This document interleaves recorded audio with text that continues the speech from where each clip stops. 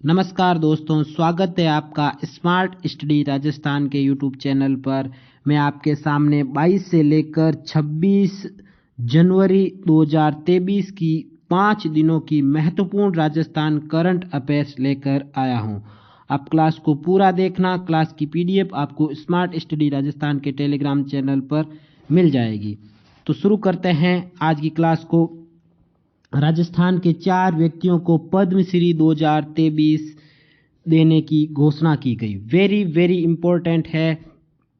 आज 26 जनवरी को राजस्थान के 4 व्यक्तियों को पद्मश्री दिया जाएगा, जिसमें पद्मश्री कितने दिए जाएंगे? 3 दिए जाएंगे। ये क्वेश्चन सदाबहार क्वेश्चन है, पूरी साल पूछा जाएगा 2023। वापिस 24 का तक जब तक पद्मश्री दिया जाएगा या फिर पद्म भूषण या पद्म विभूषण जो पुरस्कार दिए जाएंगे तब तक यहां से सवाल पूछा जाएगा। तो क्या है, किस किस को दिया जाएगा? उस्ताद अहमद हुसैन व उस्ताद मोहम्मद हुसैन। ये क्या है? दोनों सगे भाई है। क्या करते हैं? गजल गायकी करते हैं। कहाँ के निवासी हैं? वेरी इंपॉर्टेंट, कहाँ के हैं? जयपुर निवासी है। हुसैन बंधु है, क्या करते हैं? गजल गायकी करते हैं। इन्हें कला क्षेत्र में दिया जाएगा पद्मश्री। इनका क्षेत्र भी याद रखना, किस क्षेत्र में दिया जाएगा? कला क्षेत्र में दिया जाएगा पद्मश्री। इन्होंने क्या किया था?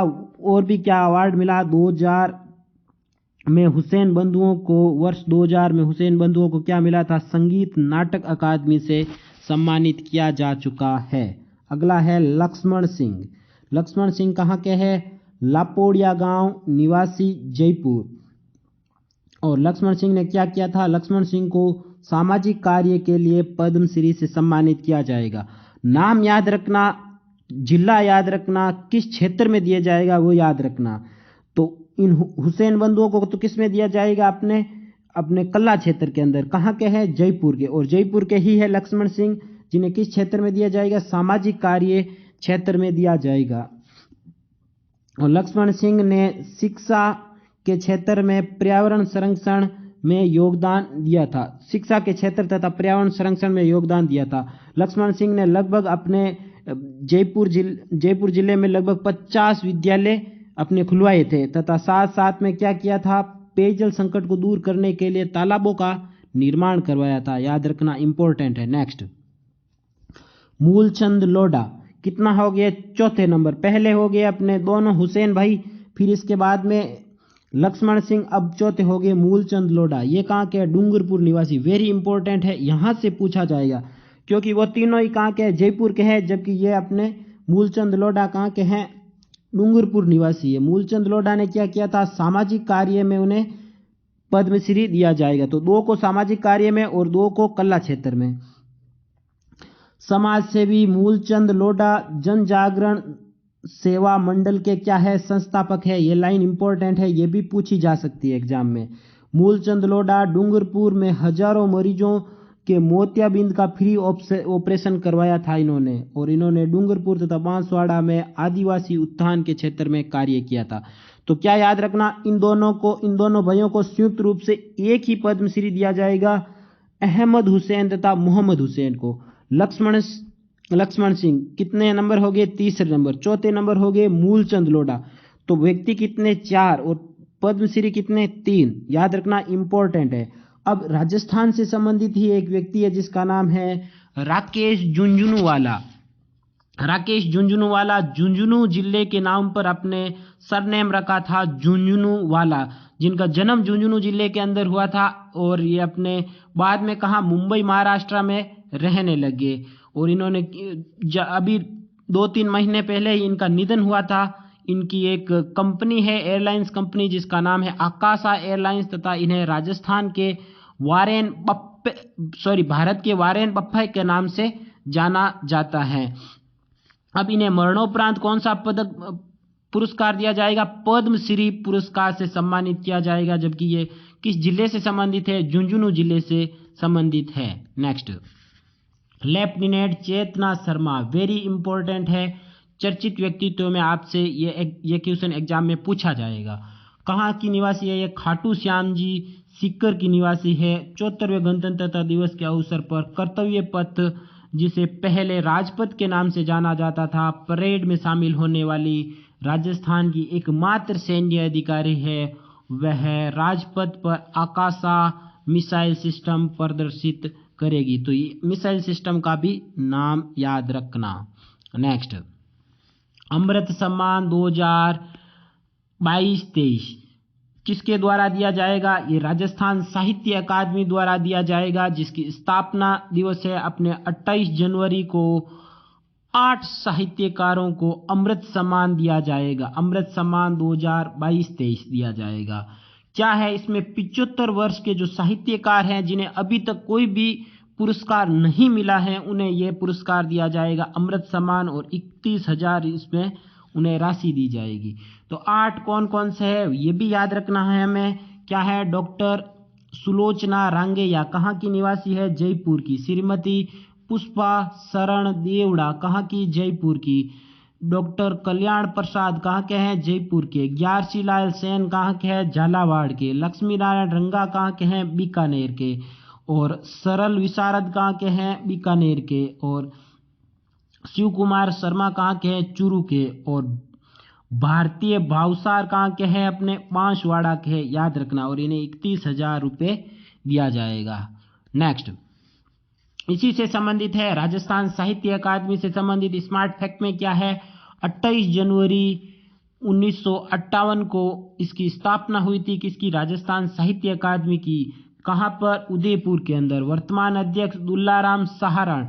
यह लाइन इंपॉर्टेंट है। वर्तमान उपाध्यक्ष कौन है? अपने सुनीता गोगरा, जो इस राजस्थान साहित्य अकादमी की पहली महिला उपाध्यक्ष है। और ये इसके द्वारा पत्रिका कौन सी जारी की जाती है? मधुमती। केंद्रीय संगीत नाटक अकादमी द्वारा हाल ही में ये तो अमृत सम्मान है, जबकि केंद्रीय नाटक अकादमी द्वारा 75 वर्ष के उपलक्ष्य में 75 लोगों को, देश के 75 लोगों को क्या दिया गया था? अमृत अवार्ड दिया गया था, जिसमें राजस्थान के 5 अपने साहित्यकार शामिल थे। तो ये इससे संबंधित ही है। अपने ये तो है अमृत सम्मान, तो आपके कंफ्यूज ना हो इसलिए मैं इसको साथ लेकर आ गया। नेक्स्ट, खान सुरक्षा अभियान ये किसके द्वारा चलाया जा रहा है? अपने खनन विभाग के द्वारा चलाया जा रहा है। तो क्या है इसमें? पूरे राजस्थान के अंदर कब से कब तक? 23 जनवरी से 22 फरवरी 2023 तक खान सुरक्षा मानकों की पालना व खनन कार्मिकों के स्वास्थ्य हेतु ये इसका संचालन किया जा रहा है। इसके मंत्री कौन है? खान व गोपालन मंत्री द्वारा इसका संचालन किया जा रहा है। तो इसके मंत्री कौन है? प्रमोद जैन भाया। इसमें क्या किया जाएगा? खान के मानकों की पालना है, तो क्या पालना हो रही है या नहीं हो रही, अवैध खनन तो नहीं हो रहा है, ये जांच करने के लिए, तथा जो खनन में जो मजदूर है उनका क्या किया जाएगा? स्वास्थ्य की जांच की जाएगी तथा उनको सिलिकोसिस बीमारी के प्रति जागरूक किया जाएगा। नेक्स्ट, एक अभियान और है, मेरा विद्यालय मेरा अभिमान। ये जालोर जिला प्रशासन द्वारा जिले के स्कूली बच्चों के स्वास्थ्य की जांच करके उनका निःशुल्क इलाज करने हेतु मेरा विद्यालय मेरा अभिमान अभियान चलाया गया। इसमें क्या किया गया? जो अपने एनीमिया की जांच की गई, अपने बच्चों में जो खून की कमी होती है उसकी जांच की गई तथा एनीमिया की अपने इसमें टेबलेट भी दी गई। नेक्स्ट, चर्चित स्थल कौन सा है? खेतड़ी महल। वेरी वेरी इंपॉर्टेंट है, यहां से क्वेश्चन पूछा जाएगा। ये सुप्रीम कोर्ट के द्वारा अपने इस पर जो सुप्रीम कोर्ट पर ये एक विवाद चल रहा है सुप्रीम कोर्ट में खेतड़ी महल के बारे में। तो क्या है? राजा बहादुर सरदार सिंह की संपत्तियों पर चल रहा विवाद। इनकी 1987 के अंदर क्या हो गया? मृत्यु हो गई। और ये क्या है? निसंतान थे, इस वजह से इसमें क्या हो गया? फिर विवाद हो गया उनकी पीछे बची हुई संपत्ति को लेकर। किन किन के मध्य? राज्य सरकार तथा खेतड़ी ट्रस्ट के मध्य विवाद चल रहा है। और विवाद कहाँ चल रहा है? सुप्रीम कोर्ट के अंदर चल रहा है। तो राज्य सरकार ये जो हेरिटेज रूप में है, इसमें क्या किया जा रहा है? हेरिटेज का संरक्षण नहीं किया जा रहा है। इस कारण हेरिटेज पूरी क्या हो गई? अस्त व्यस्त हो गई। इस कारण वापिस इसको सुप्रीम कोर्ट में इनको क्या किया गया? राज्य सरकार को इसके लिए विफल होने के कारण क्या किया गया? सुप्रीम कोर्ट द्वारा हेरिटेज संरक्षण में राज्य सरकार द्वारा विफल होने के कारण सुप्रीम कोर्ट द्वारा फटकार लगाई गई और राज्य सरकार को इस पर इसके हेतु जुर्माना भी लगाया गया। और जो जिला कलेक्टर है झुंझुनू के, उनके खिलाफ कार्रवाई करने के भी आदेश दिए गए। तो सुप्रीम कोर्ट ने इस मामले में राजस्थान राजस्थान और मुंबई हाईकोर्ट के पूर्व सीजे जिनका क्या नाम है, प्रदीप चंद्र जोग की अध्यक्षता में 5 सदस्यीय कमेटी गठित करने का निर्णय लिया गया। नेक्स्ट, जयपुर में स्थापित होगी देश की पहली experimental lab. Very very important. ये लैब क्या है, इसके अंदर ऐसा होता है कि व्यक्ति के जो सोच होती है उसको पहले जांच कर लेगी कि जो भी राज्य सरकार के लिए कुछ राज्य सरकार द्वारा जो योजना आएगी तो वो क्या सफल होगी या नहीं होगी, उनके प्रति लोगों की क्या अपने राय है, इसके बारे में ये लैब अध्ययन करेगी। तो क्या किसके द्वारा, IIM उदयपुर द्वारा ये लैब बनाई जाएगी। इंपॉर्टेंट पहली लाइन तो यह है। बाद में क्या है, इस लैब में मानव मस्तिष्क को शारीरिक क्रिया विज्ञान से संबंधित अध्ययन किया जाएगा, मतलब व्यक्ति की जो सोच है उसके प्रति अध्ययन किया जाएगा। इस लैब का संचालन किसके द्वारा किया जाएगा, ये जिसके द्वारा बनाया जाएगा IIM उदयपुर द्वारा, किसके साथ मिलकर, एम्स जोधपुर, जो अपने मस्तिष्क से संबंधित अध्ययन करेगी तो एम्स जोधपुर, और IIT जोधपुर के साथ मिलकर इसका संचालन किया जाएगा। तो इस लैब के माध्यम से सरकार की जन कल्याणकारी योजनाओं के बारे में जो धरातल पर कितनी सफल होगी उसके बारे में भी ज्ञात किया जाएगा। नेक्स्ट, हरितिमा ढाणी सुजानगढ़ चूरू बनेगा desert park. Very very important. क्या है, चूरू के सुजानगढ़ स्थित हरितिमा ढाणी को टूरिस्ट डिपार्टमेंट ने डेजर्ट पार्क के तर्ज पर विकसित करने के लिए 30 करोड़ बजट की स्वीकृति दी है।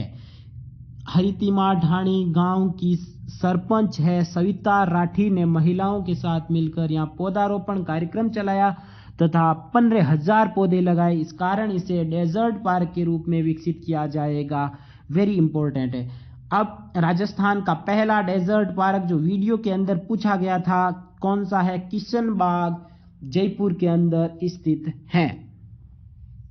नेक्स्ट, अलवर में खुलेगा आसाए the killing station. Very important है। अलवर के केंद्रीय कारागार जो अपने जेल है उसके अंदर पेट्रोल पंप आसाए द फिलिंग खुलेगा, याद रखना। इस पेट्रोल पंप का संचालन किसके द्वारा किया जाएगा, कारागार बंधुओं द्वारा, मतलब कैदियों द्वारा किया जाएगा। इसका शिलान्यास सामाजिक न्याय और अधिकारिता मंत्री श्री टीकाराम जूली द्वारा 22 जनवरी 2023 को किया गया। एक चीज याद रखना, अलवर में लगभग जो भी किसी अपने कार्यक्रम का या फिर किसी भी योजनाओं का शिलान्यास किया है, किसी अभियान का शिलान्यास किया है तो लगभग टीकाराम जूली ने ही किया है, क्योंकि ये यहाँ से MLA भी है।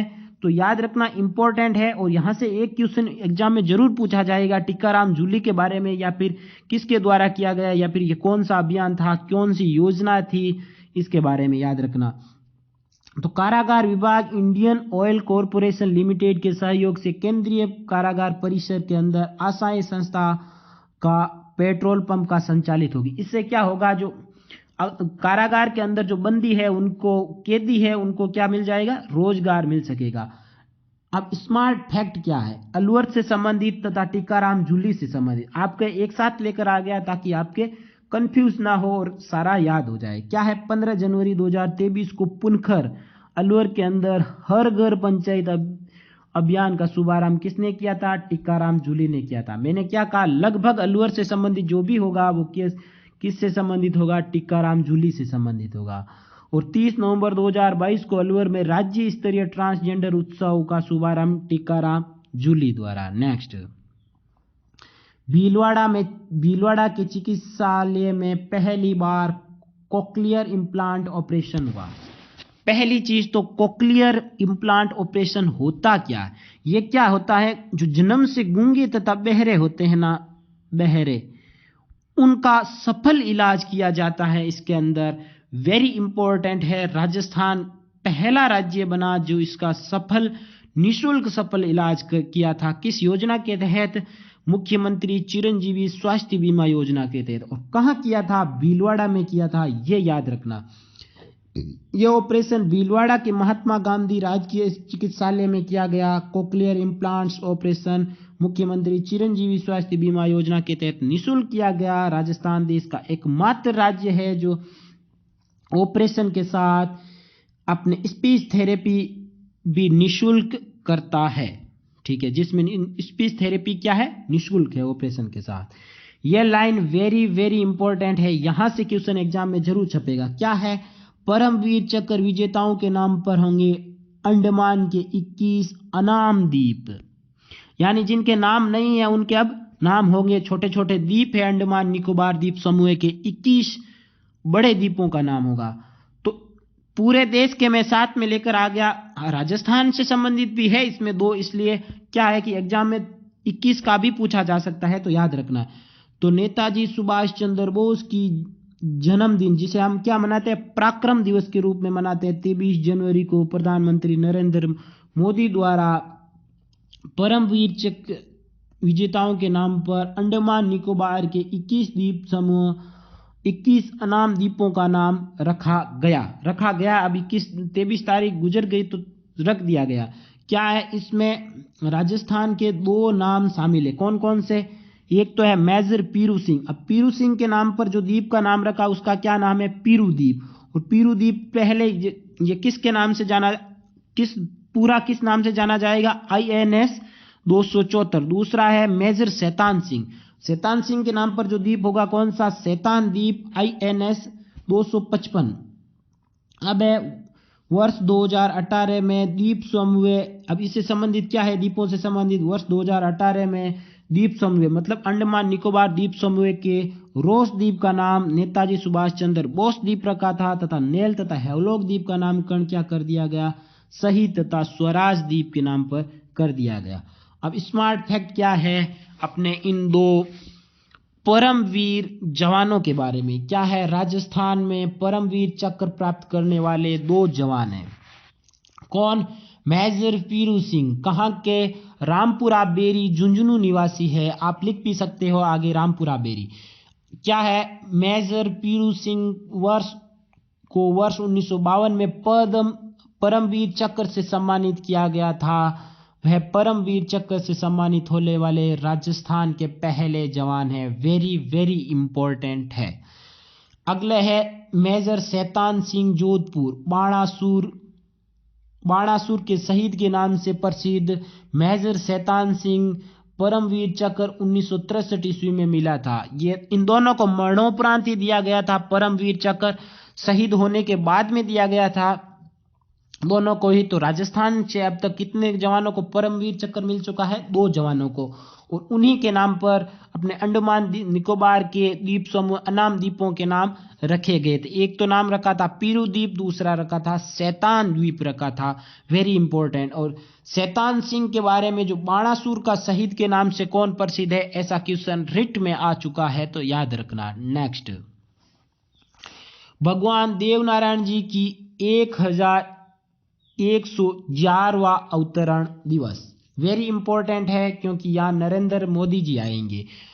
28 जनवरी 2023 को गुजरों के देवता के नाम से जाने जाने वाले अपने देवनारायण जी की 1111वां अवतरण दिवस के अवसर पर प्रधानमंत्री नरेंद्र मोदी भीलवाड़ा जिले के आसिंद के मालेश्री डोंगरी, वेरी वेरी इंपॉर्टेंट है, यह याद रखना, भगवान देवनारायण जी के मंदिर में आयोजित होने वाली विशाल धर्म सभा में शामिल होंगे। इससे पहले पीएम मोदी राजस्थान के दौरे पर कब थे, 1 नवंबर 2022 को आए थे। कहां पर आए थे पूछा जाए तो कहां आए थे, आबू में आए थे, याद रखना। और देवनारायण जी की फड़ जंतर वाद्य यंत्र से, सॉरी, आबू में भी आए थे, और इसके साथ साथ कहां पर आए थे, अपने बेणेश्वर धाम पर भी आए थे, याद रखना। वो देवनारायण जी की फड़ किस वाद्य यंत्र से, जंतर वाद्य यंत्र से।